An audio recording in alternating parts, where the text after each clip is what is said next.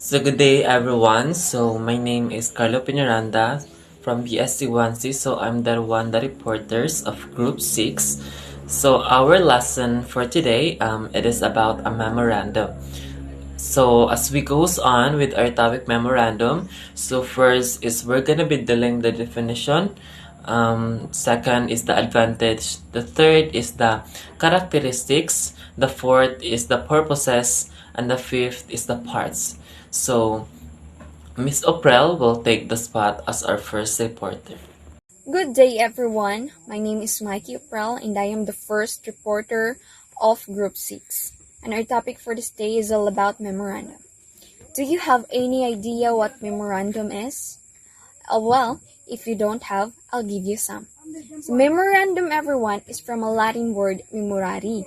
It's something to be brought to mind. And if we talk about memorandum or memos, it is a written statement you prepare especially for a person or communicate in order to give them information about a particular method. If we're going to look at the dictionary, it is defined that memorandum is a written, a note or record made for future use. And also, a memo is less formal than a letter. It is usually conveys one idea. It is likely to be short. Effective memos are clearly written with objective stated in the first sentence. And the last one about memorandum is that memo should be designed to get your message across quickly. Example that about memorandum is that busy people do not want to waste time reading unnecessary information.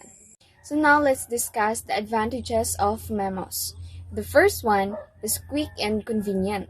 So when we talk about convenient, it means suited to personal comfort or to easy performance. And the last one is inexpensive. That means reasonable in price, like cheap, something like that. And the last one is a written record. It means something like document preserving knowledge of facts or events. That is the advantages of the memos. Good day everyone, I'm Jeremy G. Palawan from BEC1C and I am one of the reporter of Group 6. And so we have 4 characteristics in memorandum. So number 1, we have clarity. Clarity, maintaining a clear and straightforward messages. Clarity also concerns how concepts are expressed. So avoid using terminology or jargon that extremely technical or obscure. So the purpose of clarity is to avoid misinterpretation. Number 2, we have conciseness. And number 3, we have unity of theme. Unity of theme, a memo which does not have a unity of theme distracts the reader and saysness terminates to be purposeful. Number 4, we have informal tone. Memo writers maintain the professionalism by using a formal tone when they write. Though sometimes an informal tone is appropriate when the message addresses more personal matters such as the organization. So that is the 4 characteristics and memorandum. Hi everyone, my name is Janice Espango and I will discuss the purpose of memorandum. So what is the purpose of memorandum? A memorandum, also known as a memo, is a written communication used within an organization to convey important information, directives, or announcement to employees or other stakeholders. The primary purpose of a memorandum is to provide a clear and concise method of communication within an organization. Here are some specific purposes of a memo. Number 1, to inquire. Memos can be used to inquire about a specific topic or issue within the organization.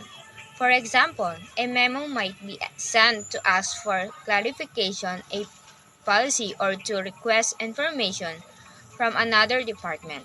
2. To inform. Memo can be used to provide information to employees or other stakeholders within an organization. This could include updates or projects, policies, or other important information that needs to be communicated quickly and effectively. 3. To report. Memo can be used to report on the result of a project or to provide updates on ongoing activities.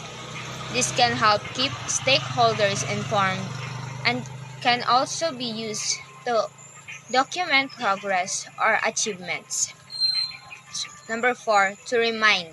Memo can be used to remind employees or other stakeholders about upcoming deadlines, meetings, or other important events. This can help ensure that everyone is on the same page and that nothing is overlooked. Number 5. To promote goodwill. Memos can be used to promote goodwill within an organization by recognizing achievements, thanking employees for their hard work, or sharing positive news. This can help boost morale and create a positive work environment. Overall, the purpose of a memorandum is to provide a clear and concise method of communication with an organization. Memos can be used to inquire, inform, report, remind, or promote goodwill within an organization, depending on the specific purpose and audience of the memo. It is important to ensure that the memo is well written, clear, and tailored to the specific audience or stakeholders that it is intended for. So these are the 4 parts of the memo. So we have the heading, the opening, the body, and the closing. So let's move on to the heading. So heading is consists of 4 elements. We have the to, from, date, and subject. So to, we have the name and designation of the recipient. The from is the name and designation of the sender. So the date is complete and current. It is important to put a date. The for is the subject. So what is your topic on the memo? Okay, so these are the examples of the heading. So the second is the opening. So state purpose of memo and give the facts. If so, in this part, says you have to state what is the purpose of by making your memorandum, and give, and also of course give some facts.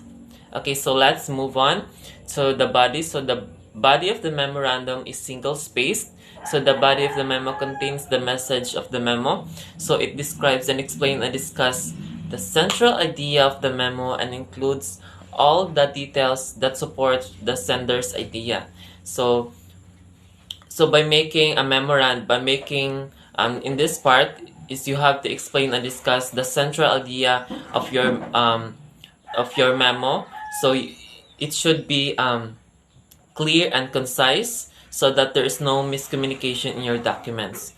So the body may contain a brief statement on the recommendation on the sender has reached. Okay, let's move on to the closing. So make a courteous closing statement. Do not use sincerely or other letter like ending. Okay, so by making closing, so do not use sincerely or truly yours because kana siya ginagamit na siya pag formal letter imuhang buhaton. But memorandum is considered as informal letter, so you have to make a courteous closing statement. Okay, so these are the examples. So please send me your recommendation to me by October 5, 2016 so that we are able to complete the project by the end of the November 2016. So that is the 4 parts of the memo.